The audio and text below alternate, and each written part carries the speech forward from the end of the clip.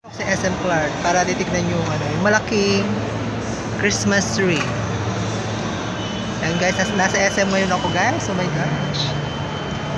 This is the last Christmas kasi January na, January 6.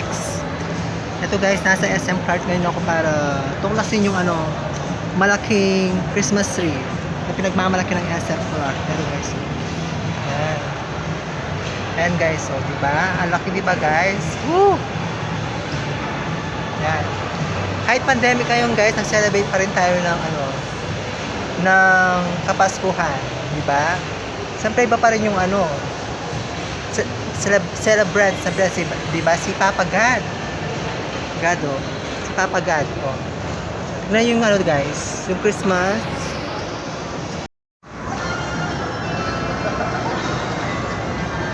O diba guys, ang ganda, kahit nasa taas. Beautiful Christmas tree.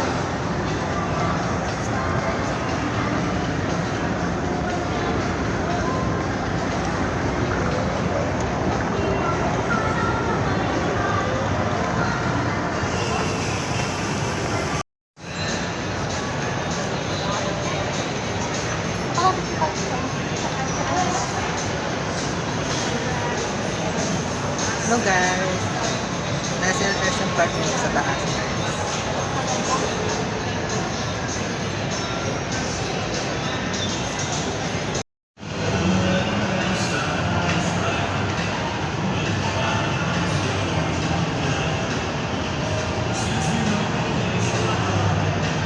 Ayun guys, di ba?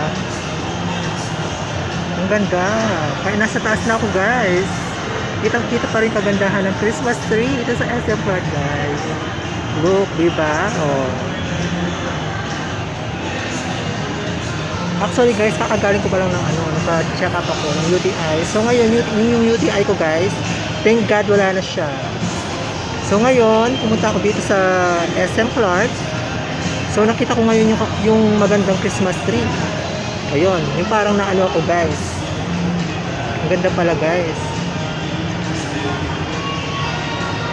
Buti pumunta ako ngayon sa SM Clark guys. Yan. Nakita ko tuloy yung pinakamagandang Christmas tree. Ito guys, oh. Maganda dito. Gorgeous. O diba? Oh. Meron pa siyang guys, yung parang parol. Color, ganun, diba? Diba? Ang ganda. Ang ganda ng guys. Christmas tree. Oh. Diba? Oh, diba guys? Oh.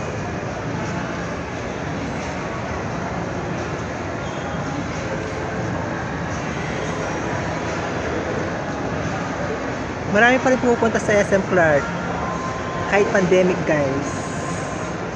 Pinapanalangin na lang natin na guys na mawala na yung this 2021 yung coronavirus or anumang virus na nalalaganap ngayon sa mundo guys.